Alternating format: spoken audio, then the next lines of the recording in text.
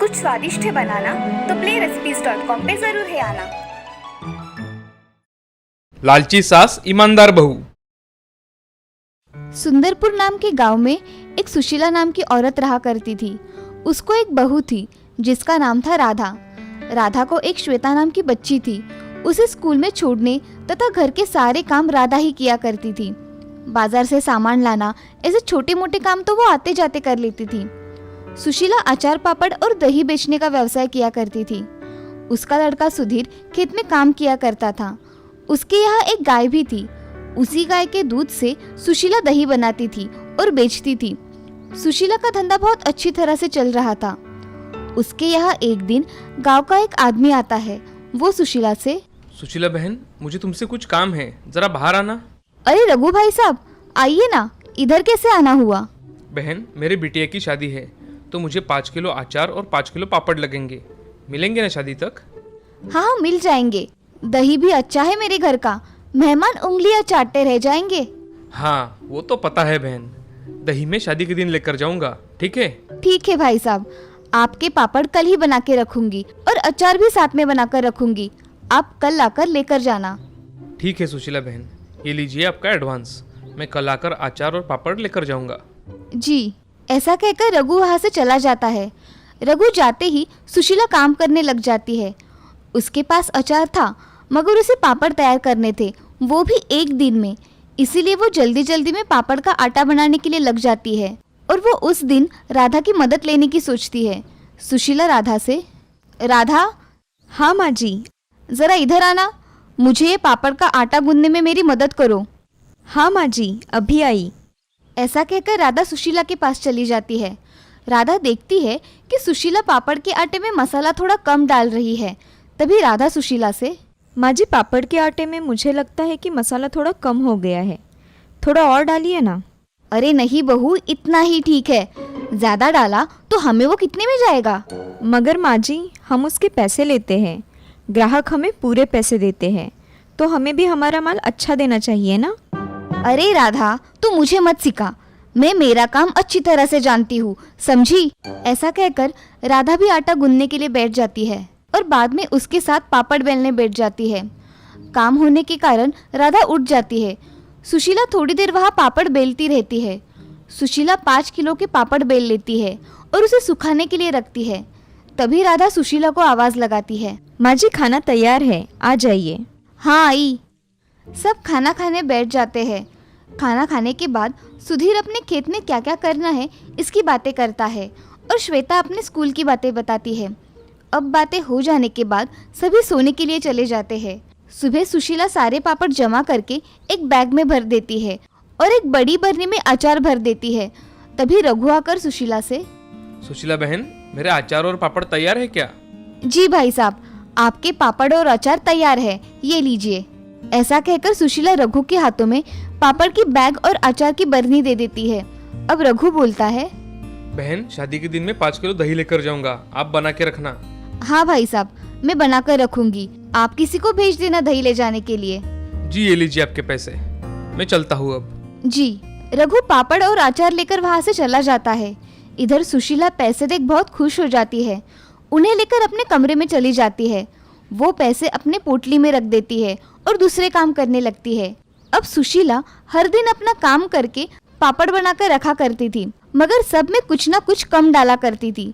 एक दिन उसके दिमाग में एक आइडिया आता है, अगर मैं लोगों को अचार नाप के थोड़ा कम दे दिया करूं तो मेरा ही फायदा है, और पापड़ में मसाला कम डाला तो मेरा ही मुनाफा और हो जाएगा। ऐसे सुशीला खुद से सोचकर मन ही मन में ठान लेती है और अगले दिन से वो आने वाले ग्राहकों को कम अचार देने लगी और दही के पैसे भी उसने बढ़ा दिए। अब रघु के घर उसने 5 किलो दही दे दिया और उसने 300 रुपए ही लिए। तभी सुशीला का बेटा सुधीर उससे, अरे माँ, आजकल गाय दूध कम दे रही है, अगर तुम्हें कुछ दूध कम पड़ रहा हो तो बाहर से खरीद लेना। अरे नहीं, फिलहाल तो चल रहा है, बाद में देखेंगे, कम पड़ा तो मैं देख लूंगी। ठीक है माँ, चलो मैं खेत में जाकर आता हूँ। ठीक है बेटा। ऐसा कहकर सुधीर खेत में चला जाता है और सुशीला सोचने लगती है कि तभी राम वहाँ दही लेने आ जाता है। चाची, मुझे 1 किलो दही चाहिए, एकदम ताज़ा। हाँ राम, रुको, मैं अभी लाती हूँ। ऐसा कहकर उसके हाथ के डिब्बे में सुशीला 1 किलो दही लेकर आती है। तभी उस दही को देख राम बोलता है, चाची, आजकल दही में ज़्यादा पानी आ रहा है। अरे बेटा, ये गर्मी का मौसम शुरू हो गया है ना, इसीलिए दही ऐसा होता है। अच्छा चाची, ये लो पैसे, अब मैं चलता हूँ। हाँ ठीक है। सुशीला पैसे गिनती है और खुद से बोलती है, इसे कम पैसों में दही भी अच्छा चाहिए। कौन यहाँ इतनी ईमानदारी से धंधा करता है, आया मुझे सिखाने वाला। ऐसा कहकर सुशीला घर में चली जाती है। उसे सुधीर की बातें याद आती है कि दूध कम पड़ गया तो बाहर से मंगवा लेना। वो फिर से मन ही मन में सोचती है, अगर दूध कम पड़ गया तो मुझे कुछ ना कुछ करना पड़ेगा, नहीं तो मेरे ग्राहक कम हो जाएंगे। ऐसे ही दिन ब दिन सुशीला का लालच बढ़ता जा रहा था, मगर उसके बहू के नज़र से ये छुपा नहीं था।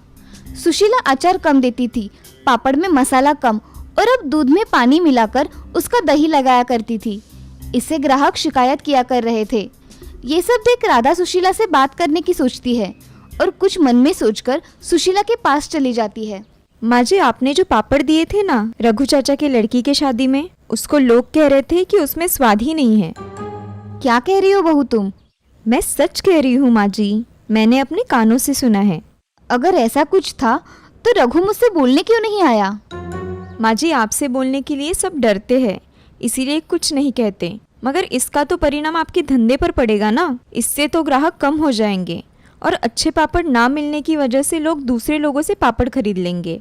इससे आपका नुकसान हो जाएगा। और आपके हाथों में तो कितना स्वाद है ना माँ जी। आप कुछ मिलावट या कम ज़्यादा मत कीजिए, पहले जैसे आप बनाती थी वैसे ही बनाइए। हाँ बहू, तुम सच कह रही हो, मगर महंगाई कितनी बढ़ गई है। माँ जी, आप थोड़े वस्तु के दाम बढ़ा देंगी तो चलेगा, मगर जो भी चीज़ हमारे यहाँ से जाएगी ना, उसका स्वाद लोगों के मुंह में बैठा रहना चाहिए। हाँ बहू, मैंने ऐसा कभी सोचा ही नहीं। मैं कम मसाला डाल पापड़ का स्वाद बिगाड़ रही थी। और माँ जी, आपको दूध में भी मिलावट करने की कोई ज़रूरत नहीं है। ये सोच रहे हैं कि इस गाय का दूध अगर कम पड़ रहा है तो हम दूसरी और एक गाय ले लेंगे, इससे हमें दूध की कमी नहीं होगी। इन्होंने मुझसे आज सुबह ही कहा। बहू, तुम सच कह रही हो। अगर ऐसा हुआ तो मैं अपना काम पूरी ईमानदारी से करूँगी और मेरे पदार्थों का स्वाद भी कायम रखूँगी। आप अब पैसों को लेकर मन में कभी भी लालच नहीं लाएंगी, और मैं हूँ ही आपके साथ। हाँ, अब हम दोनों मिलकर अच्छा काम करेंगे और मुझे सही राह दिखाने के लिए तुम्हारा बहुत बहुत शुक्रिया। ऐसा कहकर सुशीला राधा के गले लग जाती है। आज राधा की वजह से सुशीला की आंखें खुल गई थी। अब उसे पता चल गया था कि उसे किस प्रकार से अपने ग्राहकों को सब बताना है और कैसे उन्हें अच्छे पदार्थ बेचने हैं। अब सुशीला के मन में लालच मिट गया था। ये देख राधा भी बहुत खुश हो जाती है। अब से सुशीला ग्राहकों को अच्छे पदार्थ देकर अपना नाम कर रही थी और लोगों के मुंह में तो जैसे उसके पदार्थों का स्वाद ही बस गया था। अब उसने बाद में बहुत नाम कमाया और ईमानदारी से अपना काम किया। इस कहानी से हमें ये सीख मिलती है कि जिंदगी में कभी भी लालच नहीं करना चाहिए। लालच से हम हमारा ही नुकसान कर लेते हैं। वो कहते हैं ना, लालच बुरी बला होती है। सुंदरपुर नाम के गांव में श्याम नाम का एक आदमी रहता था। उसके साथ उसकी माँ शारदा और उसकी बहन सुहानी रहा करती थी। तीनों भी हंसी खुशी रहा करते थे। जब श्याम छोटा था तभी उसके पिताजी गुजर गए थे, इसीलिए उसका लालन पालन शारदा ने ही किया था। अब श्याम बहुत बड़ा हो गया था और उसकी माँ उसके शादी के बारे में सोच रही थी। श्याम, मैं सोच रही हूँ कि तुम्हारी शादी करवा दूँ। माँ, जैसा तुम ठीक समझो, मैं ऑफिस के लिए जा रहा हूँ। ऐसा कहकर श्याम ऑफिस के लिए निकल जाता है। ऑफिस पहुंचकर वो अपना काम करने लगता है। उस दिन उनके ऑफिस में एक लड़की इंटरव्यू के लिए आती है। श्याम को वो लड़की पहली नजर में ही पसंद आ जाती है। वो लड़की दिखने में बहुत सुंदर थी। उस लड़की का नाम था श्रिया। मैं आई कम इन सर? यस, कम इन। श्याम श्रिया की तरफ एकटक देखता ही रहता है। वो उसका इंटरव्यू लेता है और उसे जॉब ऑफर करता है। कुछ देर बाद श्याम की माँ का उसे फोन आता है। अरे बेटा, तुम्हें इस शनिवार को छुट्टी मिलेगी क्या? क्यों माँ, कोई काम है क्या? हाँ, हमें लड़की देखने जाना है। अरे माँ, काम के बीच क्या ये ला रही हो? कोई दूसरा दिन ढूंढ लो। अरे बेटा, एक दिन की तो बात है, बाद में तुम्हें छुट्टी निकालने के लिए नहीं बोलूंगी। हाँ माँ, ठीक है, निकालता हूँ मैं छुट्टी। उस शनिवार श्याम और शारदा लड़की देखने के लिए चले जाते हैं। लड़की के माता पिता उसे बुलाते हैं और जब लड़की आती है तो शाम के होश उड़ जाते हैं। वो उसकी तरफ देखता ही रहता है। तुम्हें कुछ पूछना होगा तो पूछ लो। माँ, मुझे कुछ नहीं पूछना। ठीक है। अब श्रेया भी वहां आकर बैठ जाती है। उसकी नजर शाम पर पड़ती है और शाम को देखकर वो दंग रह जाती है। वो मन ही मन कहती है, अरे सर मुझे देखने आए हैं? माँ, मुझे लड़की पसंद है। हमें तो लड़की पसंद है, बाकी लड़की की भी मर्जी पूछ लीजिए। श्रेया के घर वाले उससे पूछते हैं। श्रेया मुस्कुराकर हाँ कह देती है। सभी लोग बहुत खुश हो जाते हैं। जल्द ही उन दोनों की शादी हो जाती है और अब श्रेया अपने ससुराल आ जाती है। उसका नम्र स्वभाव देखकर ससुराल वाले बहुत खुश थे। ऐसे ही कुछ दिन बीत गए और शाम की बहन सुहानी अपने हॉस्टल से वापस घर आ गई। सुहानी ने घर वालों से श्रेया की बहुत तारीफ सुनी थी और वो सब सुनकर उसे बहुत गुस्सा आया था। उसने ऐसा क्या किया है कि सब इतनी तारीफ कर रहे हैं? मैंने भी इसको मजा ना चखाया तो मेरा नाम भी सुहानी नहीं। सुहानी दीदी, आप कब आई? मैं अभी आई। किसी को कानो कान खबर नहीं है कि मैं घर आई हूँ।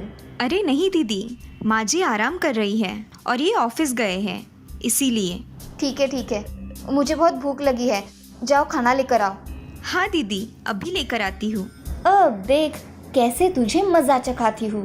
कुछ देर बाद श्रेया उसके लिए खाना लेकर आती है। दीदी आपके लिए गरम खाना लाया है, खा लीजिए। अरे भाभी, ये तो पूरा गरम भी नहीं है। जाने दो, मुझे बहुत भूख लगी है, ऐसे ही खा लेती हूँ। अरे दीदी, मैंने तो अभी गरम करके लाया था, मैं फिर से गरम करके लाती हूँ। अब रहने दो, तुम्हारे नाटक मुझे पता है। दीदी मैं तो। सुहानी उसे अनसुना करके खाना खाना शुरू करती है। बेचारी श्रेया वहां से मुंह लटकाकर चली जाती है। रात को जब शाम घर आता है तब सुहानी अपनी माँ से बात कर रही थी। माँ, आराम हो गया क्या? हाँ मेरी बच्ची, तुम आई हो तो अब मुझे किसी बात की कोई चिंता नहीं है। हाँ माँ, मगर तुम्हारी लाडली बहू ने मुझे आज ठंडा खाना खिलाया। अरे उसका ध्यान नहीं रहा होगा। तुम उसकी ही तारीफ करो। अरे मुझे भी कोई बताओ कि किसकी तारीफ करनी है। तुम कब आए भैया? अरे अभी आया।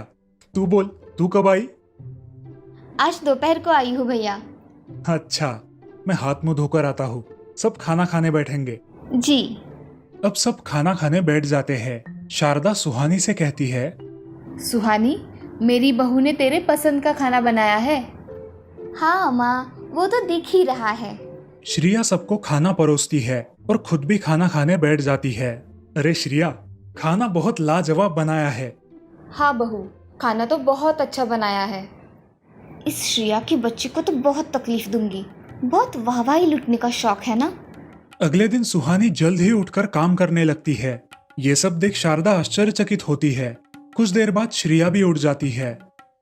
देखो माँ, घर की बहुएं कितनी देर से उठती है, फिर भी तुम कुछ भी नहीं बोलती। अरे श्रेया बेटी, थोड़ा जल्दी उठा करो, जिससे तुम्हारे काम जल्दी जल्दी हो जाएंगे। जी माँ जी, मैं अभी नहा के इनका डिब्बा तैयार करती हूँ। हाँ जाओ, और जल्दी आना, बहुत सारे काम पड़े हैं।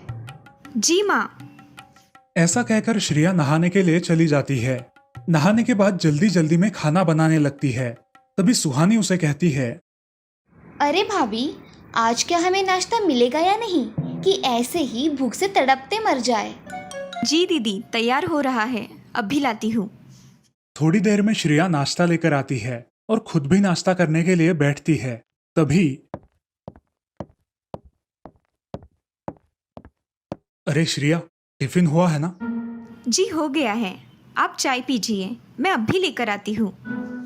ऐसा कहकर श्रेया किचन में चली जाती है और टिफिन भर के ले आती है। अब दोपहर हो जाने के बाद श्रेया बाजार चली जाती है। बाजार से आते वक्त माँ जी की दवाइयाँ भी साथ में लेकर आती है। अरे बहू, आ गई? तुम्हारे हाथ की गर्मा गर्म चाय पिला दो। जी माँ जी, अभी पिलाती हूँ। श्रेया चाय बनाती है और कुछ सब्जियां धोने लगती है। कुछ देर बाद वो गरम गरम चाय लेकर अपनी सास को देने जाती है, लेकिन उसकी सास कहती है, अरे बहू, ये चाय कितनी ठंडी है। नहीं माँ जी, अभी चाय कप में डालकर लाई हूँ, अभी कैसे ठंडी होगी? तो क्या मैं झूठ बोल रही हूँ?